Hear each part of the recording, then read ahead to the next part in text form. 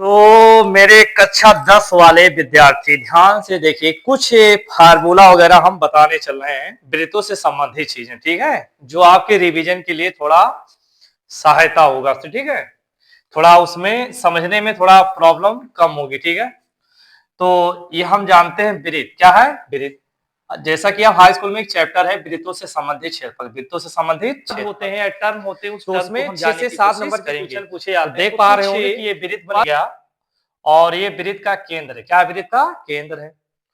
और हम जानते हैं कि इस केंद्र से और ये परिध के बीच में कोई भी डिस्टेंस दिया जाएगा तो ये हमारी क्या है? त्रिज्या है। क्या है? त्रिज्या। ये क्या है? सब त्रिज्या। जैसा कि देख रहे हैं ये भी ओ बी और क्या है? ओ सी, ये सब मेरी क्या है? वृत्त की क्या है? त्रिज्या। क्या है? त्रिज्या। ये वृत्त की क्या है? त्रिज्या है। और इस वृत्त के परिध पर कोई भी दो बिंदु हम ले लें, जैसा कि यहाँ देख रहे हैं ये और बी लिया, तो ये क्या है? ये जो मिलाने वाली रेखा खंड है इसे हम वृत्त की क्या कहते हैं? जीवा। क्या कहते हैं? जीवा। और वृत्त के केंद्र से होकर जाने वाली जो सबसे बड़ी जीवा होगी उसे हम क्या कहेंगे? व्यास। क्या कहेंगे? व्यास। अब इतना चीज जान गए होंगे तो हम बात कर रहे हैं दूसरा, क्योंकि वृत्त के तिर्यक खंड ने लिया ये और एक पॉइंट परिध के लिया बी, तो ये इसके लघु चाप द्वारा हमने मान लिया कि केंद्र पे कितना बन रहा है? कोण थीटा। क्या बन रहा है? थीटा।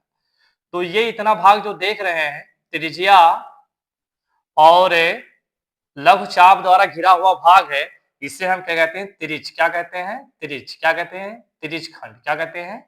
त्रिज्य खंड। और ये पेपर में पूछा जाता है कि त्रिज्य खंड का क्षेत्रफल निकालने के लिए क्वेश्चन बहुत सारे पूछे जाते हैं। तो त्रिज्य खंड का जो क्षेत्रफल का फार्मूला होता है, आप सिंपल से आगे कर देंगे theta upon 360, theta upon 360 into pi r square. और अगर ये पूछे कि लघु क्या है? लघु क्या है? लघु लघु चाप, लघु चाप, चाप का लंबाई, तो इसका लंबाई भी होगा theta upon 360 degree into 2 pi r होगा।